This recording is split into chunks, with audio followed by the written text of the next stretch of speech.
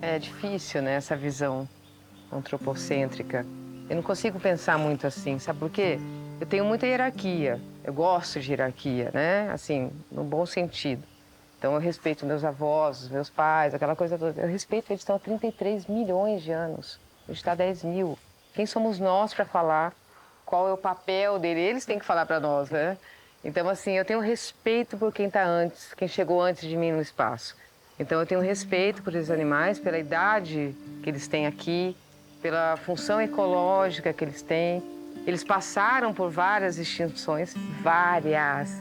Todas essas extinções em massas, eles se mantiveram, né? Então, são os animais que, no mínimo, eles que têm para nos ensinar, que a gente não está conseguindo ficar mais de 10 mil anos aqui, a gente já está indo para a sexta, né? A última, a quinta extinção em massa já foi, o ser humano já teve o dedo nosso na caça dos grandes, dos megavertebrados, né? A gente vai aprender quando? Então eu acho que é isso, a gente tem que aprender como é que eles vivem, a relação que eles têm com o ambiente, o consumo consciente, e nem isso a gente tem. Um tamanduá, ele não acaba com o formigueiro. Ele come um tanto e ele vai para outro, ele deixa. Isso para mim é um respeito. A gente chega aqui, come tudo, destrói tudo, né? Não recicla. Então, assim, é a gente que tem que aprender.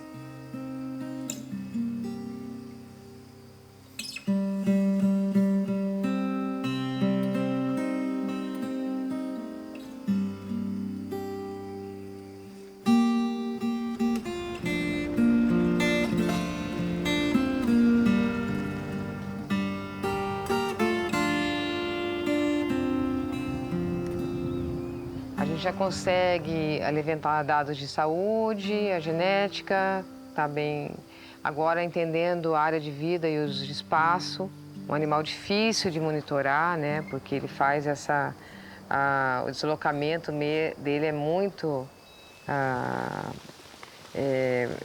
do céu, então dificulta um pouco, mas a gente já está tendo um entendimento. Está registrando agora esse cuidado parental, que é completamente diferente dos outros vermilínguas, dos outros tamanduás. Você vê, os tamanduás normalmente eles carregam o filhote nas costas. Tamanduá não. Dá mais ou menos umas 5 horas da tarde, ela amamenta, faz o grooming, né, o cuidadinho, e deixa ele sozinho na folhinha e vai forragear. Vai comer e ela volta de madrugada. Ele fica lá sozinho, aquele negocinho, quietinho ali, porque é muito peso para ela carregar. A gestação dela é mais longa e o filhote já nasce muito mais pronto do que os outros tamanduás. E é interessante isso, porque essa espécie, ela é única. Ela tem uma datação também, eu vou voltar para a parte de datação, ela é muito mais antiga do que os outros tamanduás. Então ela é ali uma interface, no meu ver, entre as preguiças e os tamanduás. Só que o que acontece hoje é que a gente tem pouco registro fóssil. Então a gente não consegue muito contar uma história desses animais. Então é engraçado que a gente pensa, por exemplo, as preguiças, que são os parentes próximos, né? Elas vieram de ambiente terrestre, as preguiças eram terrestres e foram mudando para um ambiente arbóreo, né? Hoje a gente não tem preguiça de chão, só a preguiça na árvore. E os tamanduás a gente acredita que foram diferentes. Eles vieram de ambiente arbóreo e agora estão indo para o terrestre.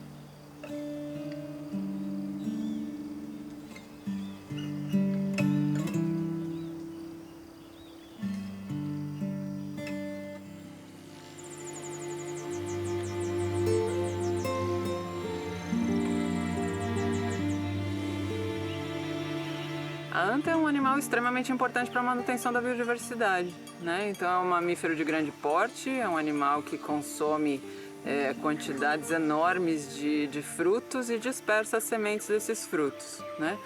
Tanto é que a gente chama esse animal de a jardineira das florestas. Então é um animal que, se removido desse ambiente, se removido do habitat, se removido esse papel, né, na dispersão dessas sementes que é desempenhado por esse animal, se a gente não tiver mais isso, as florestas serão infinitamente diferentes, tanto em termos de composição, estrutura e diversidade. Então é a principal mensagem que a gente tenta disseminar, jardineira da floresta. floresta tropical sem esse animal será certamente diferente.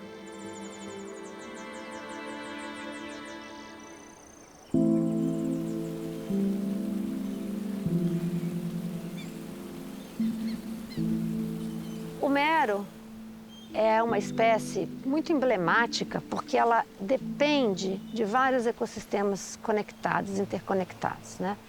É uma espécie também que depende da nossa disposição de nos tornarmos cada vez mais predadores conscientes, né? Sem levar a julgamento se a gente pode pescar ou não pescar, é claro que a gente pode, né? Mas assim, a gente tem que ter consciência da nossa pegada nesse planeta, né? Então, uma espécie como o mero, que é extremamente vulnerável, é fácil de capturar, tem um crescimento lento, um porte enorme, ainda por cima é acessível, ela depende, a sobrevivência dela depende da nossa capacidade de compreender o poder que a gente tem e a responsabilidade que a gente tem sobre as outras espécies que habitam esse planeta. E por ser um peixe também, né, a gente já se acostumou com conservação de outras espécies, mas é muito difícil, porque peixe a gente come, né? Peixe é um alimento bíblico, né? É a fartura bíblica que ele representa. Então eu acho que o mero é ao mesmo tempo essa mudança de paradigma, essa dependência tremenda da saúde dos ecossistemas, porque se não tiver a saúde do meio ambiente, o mero vai ser afetado. E também da nossa disposição em respeitar outras espécies e permitir que elas continuem existindo. Eu não sabia, mas eu fui picada pelo gosto da aventura, da pesquisa. Eu não tinha medo. Hoje, quando eu analiso algumas coisas que eu fiz no passado, eu falo, meu Deus, eu era louca. O Pantanal não tem referência, então eu era uma pessoa da cidade, de repente indo para o Pantanal. Eu aprendi com o tempo a ter outras referências, que não estrada, que não ruas, então é árvores, é caminhos. Às vezes você olha um ambiente e você não vê bitola, não vê estrada, não vê nada. Então como que eu vou me localizar e como que eu vou voltar? Muitas vezes eu saía à noite, às vezes eu subia nas árvores com alguém que não poderia me ajudar, não sabia dirigir, não sabia onde nós estávamos. Se me acontecesse qualquer coisa, era Deus só nos protegendo, e Ele nos protegeu, né? Porque se me acontecesse qualquer coisa, não tinha nem como sair dali. Então, assim, às vezes passava o dia inteiro sem encontrar uma pessoa, porque é uma região pouco habitada, né? Então você andava, às vezes, o dia inteiro, e eu não andava por bitola, por estradas, eu andava no meio do mato mesmo. Então, às vezes, eu passava o dia inteiro sem ver uma pessoa no Pantanal. Só eu e meu assistente, que nem sempre era uma pessoa treinada, porque no começo eu não tinha uma equipe, né? Eu não tinha recursos para ter gente direto me acompanhando. Então eu falava, quer conhecer o Pantanal? Aí a pessoa vinha, né, para me ajudar, para segurar uma corda, para abrir uma porteira, que tinham inúmeras, mas não tinha conhecimento. Às vezes tinha gente que nem sabia dirigir, muito menos no Pantanal, que é outro tipo de direção, né? Andar no areião, no atolar. Então, com abelhas mesmo, eu tive alguns eventos. Era uma ânsia, uma ansiedade, parecia que o mundo ia acabar e eu tinha que descobrir tudo.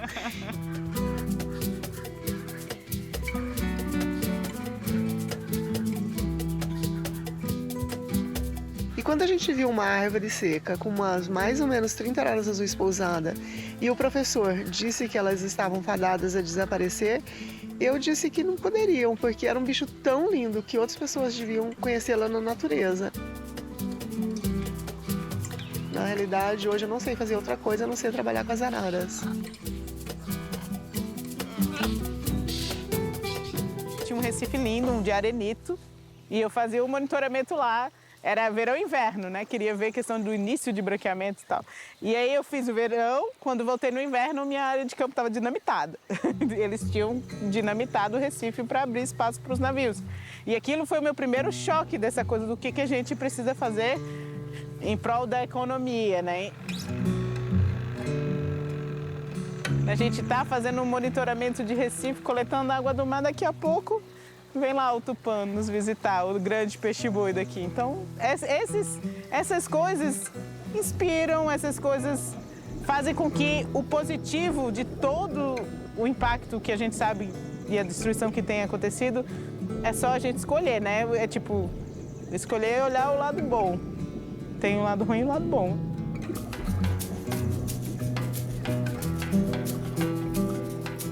Quando eu estava estudando biologia, trouxe muito isso da importância do peixe-boi. E aqui para a APA, desde o decreto, chamou a atenção das pessoas. E, principalmente, não só chamou a atenção, como provocou mudanças, né? Alguns pescadores consideravam o peixe-boi uma ameaça, um negócio assim, aquele bicho que vem na nossa jangada e sobe na jangada e afunda o motor e rasga nossas redes. E a partir do momento que vieram, né, analistas ambientais para a região trabalhar com essa questão da importância do peixe-boi, dele ser o símbolo da conectividade, né? Eu acho que o peixe-boi ele é o símbolo da conectividade dessa região, porque ele está lá, aí vem para o manguezal, ele entra nas camboazinhas para beber a água doce, ele vai em direção aos recifes, mas antes ele faz aquele lanchinho lá nos prados de fanerógamo, né? E fica lá curtindo também nos recifes, como a gente sabe que ele gosta, né, de estar lá também comendo umas alguinhas. Eu acho que é isso, assim, é um símbolo da conectividade e da importância da conectividade dos ambientes aqui na região. Além, é claro, de ser uma coisa fofa. Ele é lindo, né? Os gordos são a coisa mais linda do mundo.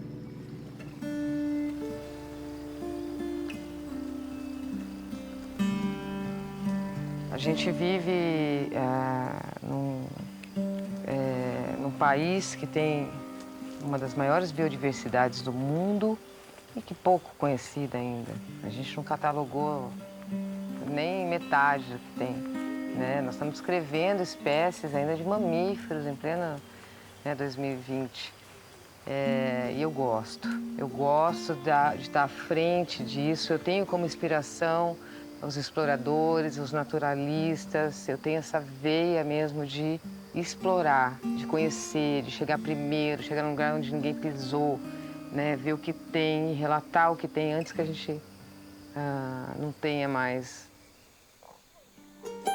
A perda de espécies, extinção, lidar com as espécies que são abundantes também, porque essas são espécies que fazem os ecossistemas se estruturarem.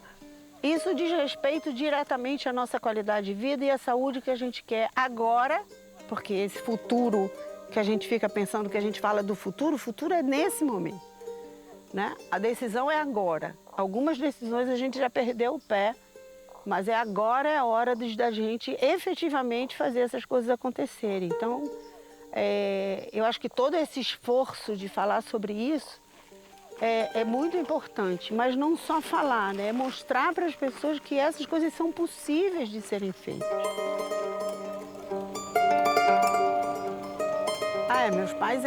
Meu pai era escalador, conheceu minha mãe escalando e desde criança a gente sempre andou muito, né, no Brasil. A gente chegava nas férias, meu pai pegava o carro, para onde nós vamos? Vamos para o sul. Não tinha lugar para ir, a gente ia, né, e se enfiava nos buracos e via as coisas. Então, eu acho que isso traz, né, essa visão de você ver os espaços, de você conhecer as pessoas, de você conhecer o país que você mora. E, ao mesmo tempo, a gente sempre teve uma relação com os animais muito grande, né? Minha família é uma família, assim, tinha uma tia que era, assim, absolutamente apaixonada pelos animais. Então, assim, a gente sempre gostou de animal, sempre gostou de bicho, sempre gostou de planta, sempre gostou dessas coisas, né? Então, desde muito cedo, eu queria, né, aquela coisa que as pessoas perguntam, o que você quer ser? Eu quero ser bióloga, eu sempre quis ser bióloga, eu fiz aquilo que eu queria fazer, né? E foi uma escolha, assim, que eu faço o que eu gosto. E isso é muito legal, né? Quando você se forma, que você, né, você faz aquele juramento lá, né? Eu vou estudar e vou defender a vida, é isso, né?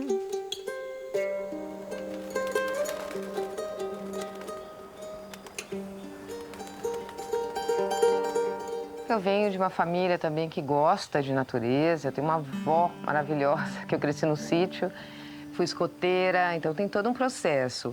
E tive a honra de morar em Campo Grande, nos anos 80, onde a gente tinha mesmo uma diversidade biológica no meio da cidade. Então, eu morava num condomíniozinho, numa casa que tinha Passava tamanduá, tinha tatu, eu brigava com os lagartos e assim eu cresci, né? Então eu sempre tive esse amor enorme, esse contato com a natureza. Sem dúvida nenhuma é um diferencial, né? Uma das coisas que a gente vem pensando, inclusive uma das linhas do projeto, é em que momento uma pessoa tem que ter contato para que esse DNA fique mesmo imprintado, né? Para que ela tenha um respeito, um crescimento junto, um amor mútuo pela fauna e flora, né? Pela diversidade, pela natureza. E a gente acredita muito que tem que ser na infância. E eu quis fazer o colégio agrícola, tinha 14 anos, 2º grau. E aí foi um choque da família, né? Como assim você vai fazer colégio agrícola? Eu feliz, querendo ir lá para o meio do mato, do Pantanal, de Aquidauana, inclusive onde é a nossa base do Pantanal, ao lado. Depois de tanto tempo eu retornei para lá, né? Eu pedi, eu escolhi e aí eu passei no processo seletivo, que era um processo seletivo que é muito interessante, que o colégio agrícola, ele capacita os filhos das pessoas que trabalham na fazenda. Né? Então, as pessoas hoje, né, os peões do Pantanal, os filhos vão fazer a capacitação num colégio agrícola. É muito bonito o trabalho, né? E eu fui, passei, aí eu fiz uma lista do que tinha que comprar. Enxada, cutelo, eu estava super feliz comprando aquilo. Eu colocava no meu quarto a enxada, o facão, o cutelo. Eu falava, gente, que tudo meu, coisa linda. Meus primeiros equipamentos de campo, né, que eu uso até hoje. Facão, enxada, cutelo, fazem parte da minha vida hoje, né? E fui para o colégio agrícola e aprendi muito. Aprendi, inclusive, essa diferença social. Foi meu primeiro contato, porque os filhos dos trabalhadores de fazenda ensinaram muito, né? E eu também, como mulher, só tinham 2 mulheres para 160 homens.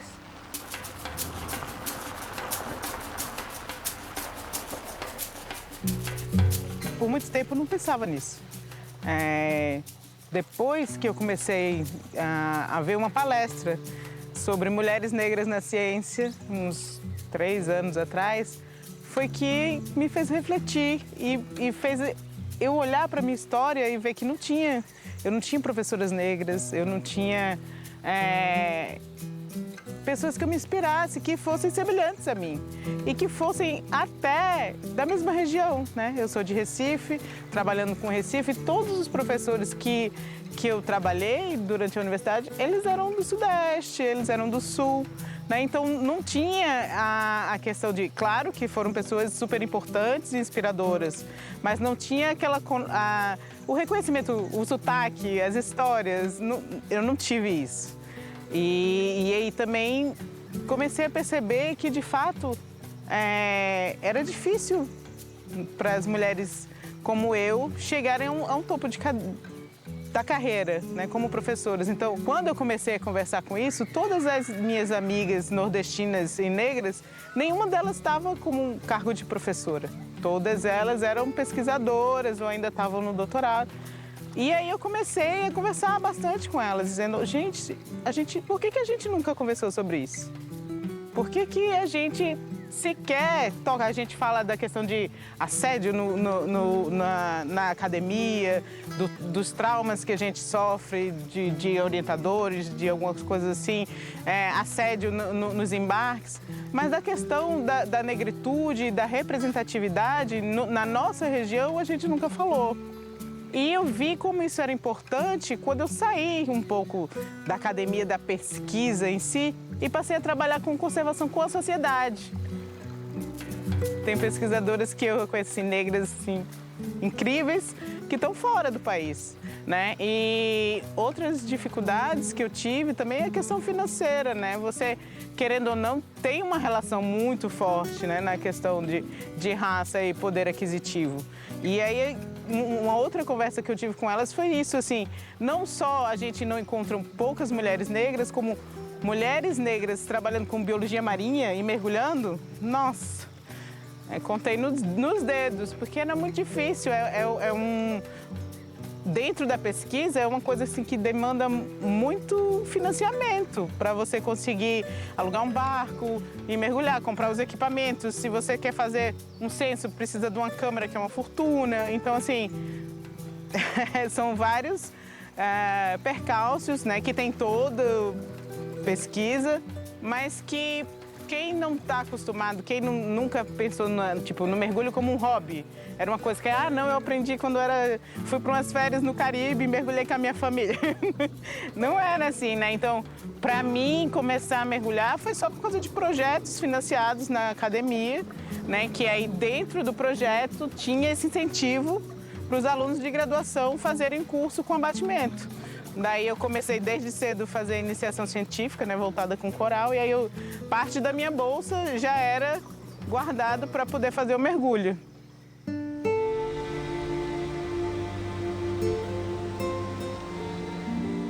Eu acho que a questão da maternidade foi bem marcante, né? Porque antes de ser mãe, você tem toda aquela liberdade de ir e vir, né? Você pode ter o teu cronograma, você, seu parceiro, seu marido, enfim, sem se preocupar muito, né, com essa questão de onde eu vou estar no momento X, Y ou Z. A partir do momento que você tem essas pessoinhas na sua vida, né, você tem que saber organizar isso tudo muito melhor. E eu tinha muito decidido que a maternidade tinha que vir para mim com uma participação dessas pessoinhas nessa vida de conservacionista. Para mim, o sonho sempre passou por ter as crianças conosco, né? Trazê-los ao campo e tudo isso. Então, foi bem complicado de reorganizar. E a gente tinha plena certeza de que seria muito mais fácil e não foi, não.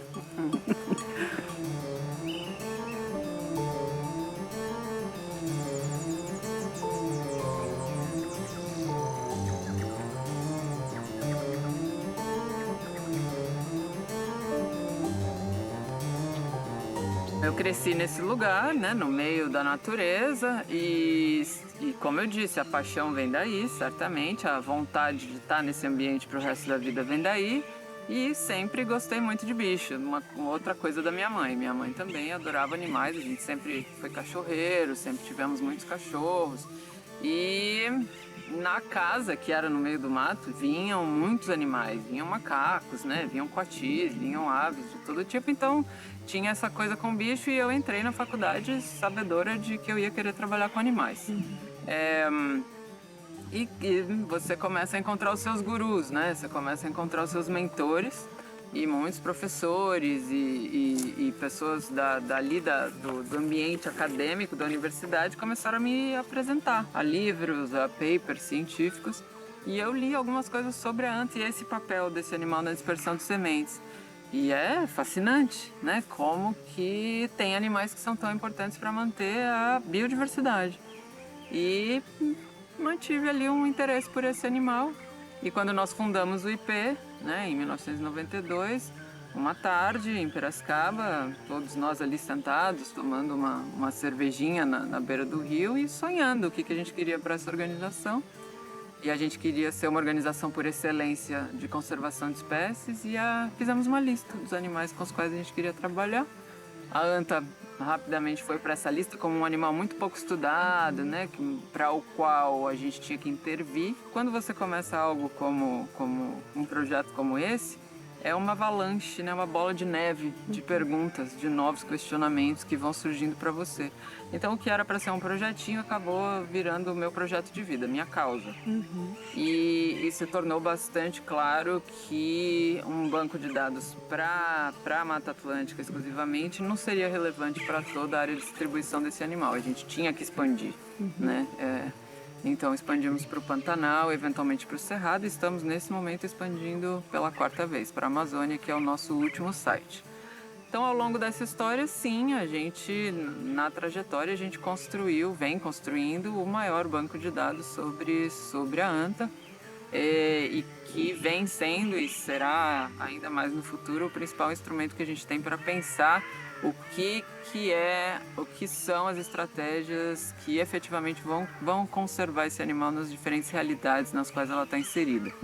Em cada bioma a gente encontra uma realidade diferente, ameaças diferentes, atores diferentes. Então os contextos são muito, muito diversos. O Brasil é imenso, né? E esse bicho está por todo o país.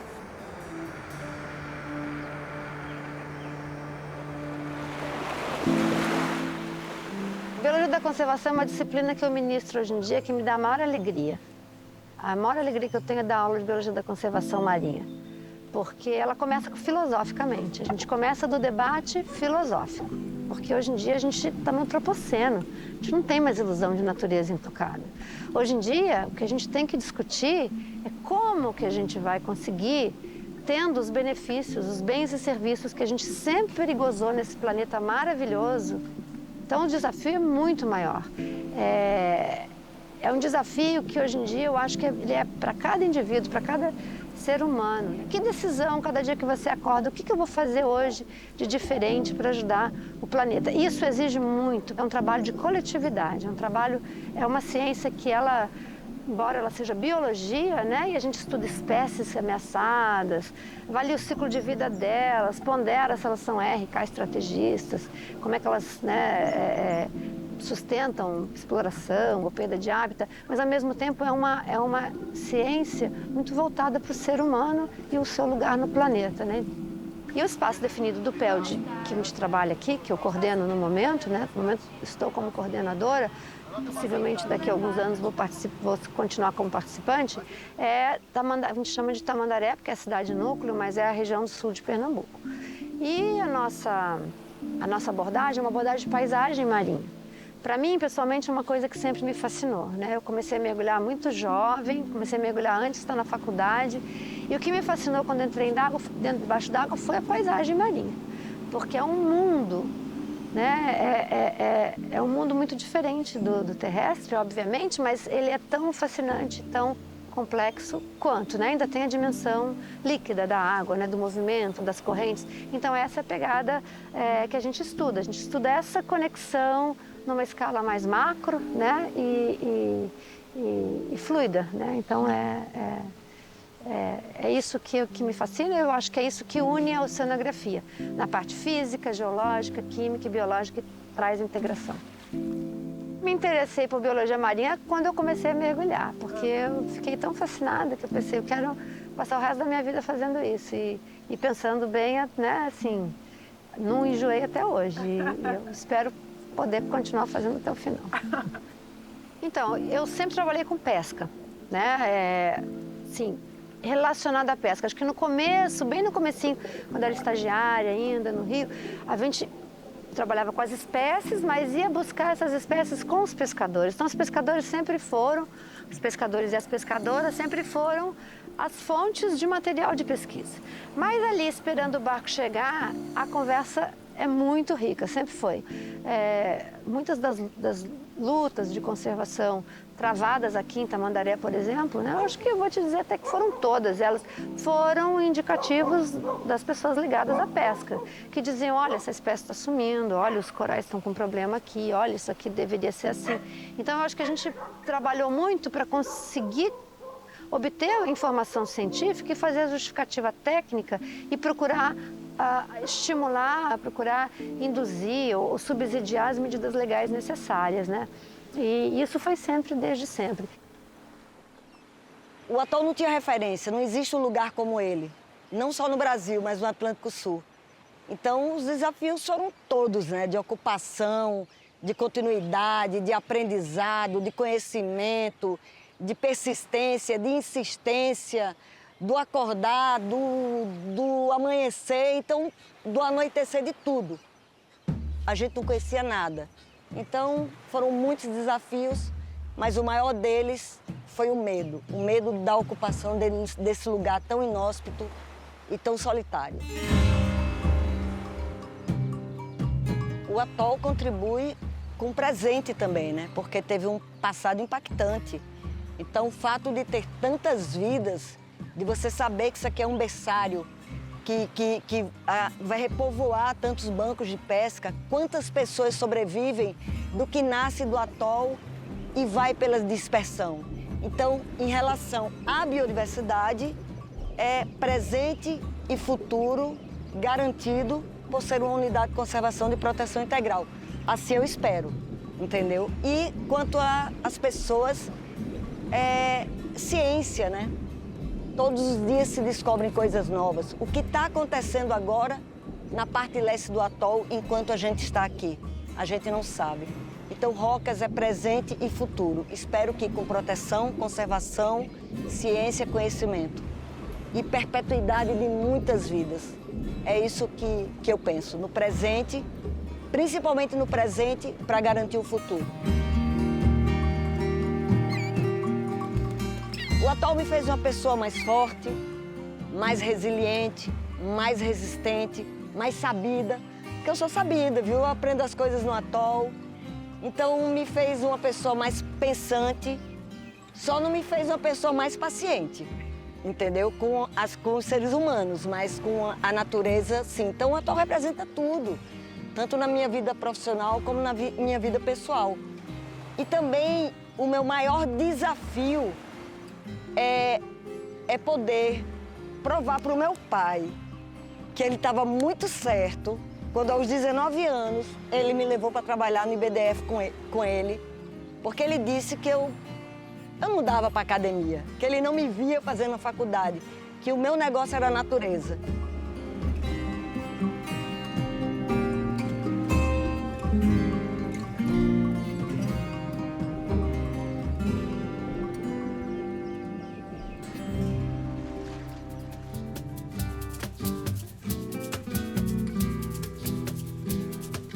Desafios nessa área foram e são constantes. Nunca tive um caminho facilitado, então sempre desenvolvendo caminhos, técnicas, arrebanhando pessoas para trabalhar pela conservação, para ver que é possível lutar não só pelas araras, mas pela nossa própria vida. E durante 8 anos em que eu fiquei praticamente sozinha, não tinha uma equipe ainda me ajudando, era basicamente eu que fazia isso. Então eu tinha que subir, escalar, dirigir, descer, pegar, pesar, medir o filhote, preparar o lanche, fazer tudo, fazer os relatórios. Hoje não, graças a Deus eu fico muito realizada hoje de saber que o projeto não para comigo, né? Quase 30 anos depois, a gente tem uma moçada fazendo tudo que eu nem preciso estar aqui direto no campo, só falar faz isso, faz aquilo, e eles já estão bem treinados e capacitados e também dando as novas continuidades para o projeto.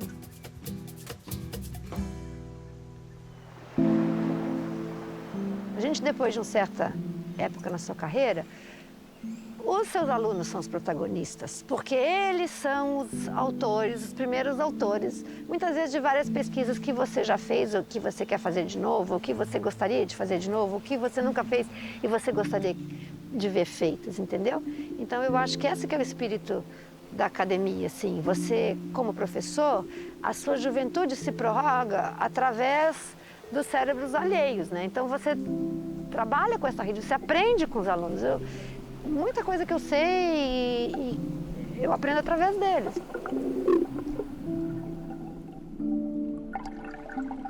Eu acho que isso é uma dificuldade para muitas mulheres, né? De vários biomas. No meu caso, o maior desafio foi perder o medo e enfrentar a ilegalidade. E porque nós, quando começamos aqui na Ribiotol das Rocas, não tinha comunicação com o continente, a gente ficava realmente isolado geograficamente e tinha muitos infratores. Então você tinha que lidar com dezenas de infratores, você coibindo a pesca, eles querendo pescar e você não podendo comunicar ao continente. Então o maior desafio foi superar os medos, as ansiedades e depois lutar para que a ilegalidade se afastasse do atol e você protegesse realmente essa unidade de conservação. Conservação, para mim, é ter a capacidade de proteger as vidas. No caso do Atol das Rocas, é a perpetuidade. É você poder contribuir para que espécies, ameaçadas ou não de extinção, vivam plenamente em paz.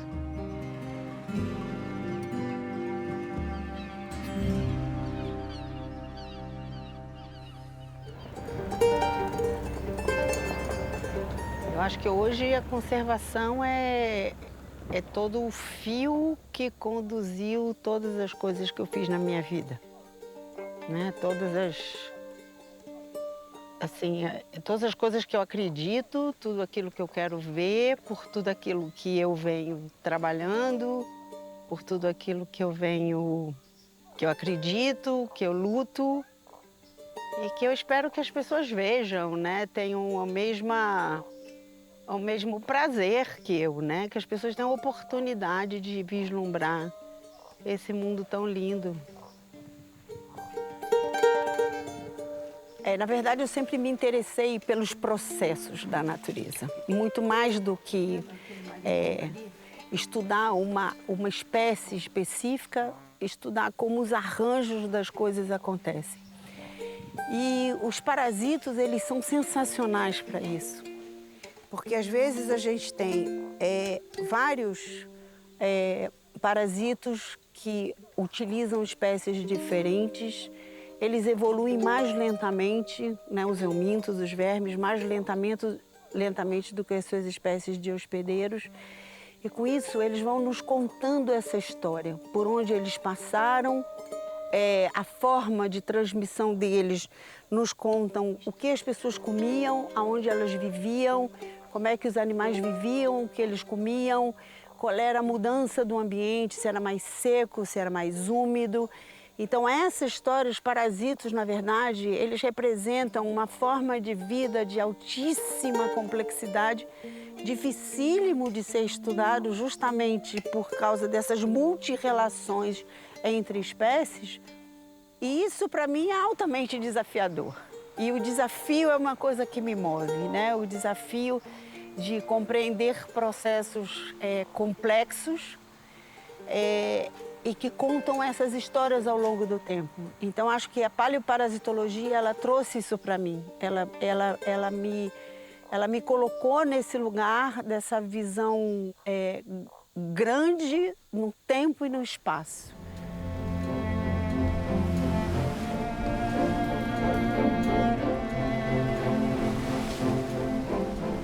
E eu acredito, de fato, que a conservação se faz com as pessoas.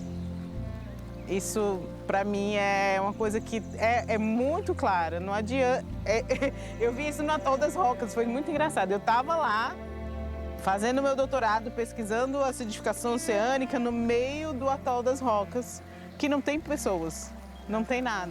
Mas é um paraíso. Só que tá lindo, tá preservado, é tipo um hotspot de felicidade aquele localzinho. Dá esperança para todo mundo que trabalha com conservação marinha ir lá, né? Você vê o equilíbrio daquele local. Mas, se a gente não mudar a questão das emissões, se a população, se a sociedade não mudar, aquele pedacinho de paraíso no meio do oceano vai estar super impactado. E a sociedade está... Quantos? 190 quilômetros de distância, o mais perto lá de Natal. E eles têm influência, porque é o que a gente está colocando na atmosfera do nosso planeta. Tá no ar que a gente respira. Então, se a gente não conscientiza e não considera que a sociedade é parte da conservação, eu acho que a equação não fecha. Sim, o atol ele é responsável, né? Pela perpetuidade de muitas espécies animais. Roca serve de abrigo, serve de local de alimentação, de reprodução para milhares de espécies. Então, nasce bicho, morre bicho, evolui bicho todos os dias. O atol é da gente porque é um patrimônio da humanidade, mas a questão ambiente e natural é dos bichos. A gente não sobreviveria aqui, porque sem água potável o ser humano não sobreviveria.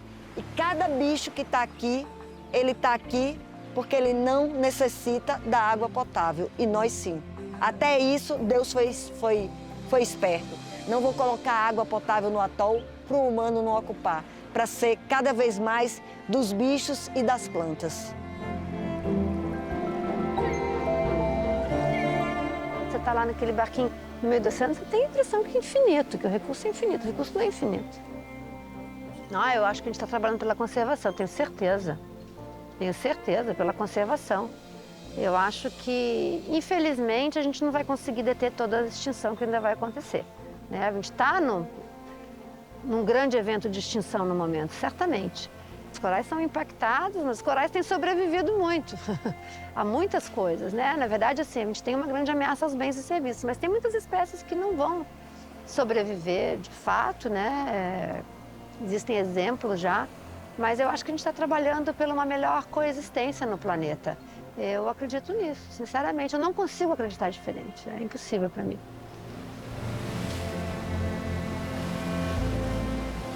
Tenho sonhos para o futuro de que a gente vai conseguir plantar sementinhas que vão dar frutos importantes. Não sei se vão ser o suficiente para alimentar a população, mas que o poder que eu vejo hoje por participar de coletivos de mulheres principalmente e de mulheres negras, eu vejo como que a gente pode tomar, sabe assim, até agora não está dando certo, peraí que a gente vai, vamos fazer e vamos transformar. Eu acredito que a gente consegue muito isso, assim. Eu tenho um amor por esse lugar tão grande que toda vida que eu vou embora, parece que nunca mais eu vou voltar aqui. Cada vez que eu saio, eu fico pensando, porra, daqui a 15 dias eu vou estar no atol. Mas eu tenho medo do dia que eu sair e eu fechar a porteira da barretinha e saber que é a última vez. Eu não estou pronta para isso. Quais são os processos de adaptação que a gente deverá passar no futuro com todas essas mudanças que hoje a espécie humana impacta, né, esse planeta? Então, aprender de como é que a caatinga lida com isso, né, o que ela perdeu e o que ela ganhou, talvez seja aí um grande espaço desse aprendizado para o futuro. É hoje isso que, assim, eu sempre penso como é que a gente usa o conhecimento do passado para entender esse presente e quem sabe a gente consegue vislumbrar algumas coisas no futuro que a gente possa modificar ou implementar ou fazer as pessoas entenderem. Eu acho que esse é o maior desafio hoje, é mostrar o quanto as pessoas precisam entender que essa riqueza, essa multiplicidade de variedade de espécies é que vão garantir aí a sobrevivência, não só nós, mas de todo o resto, né?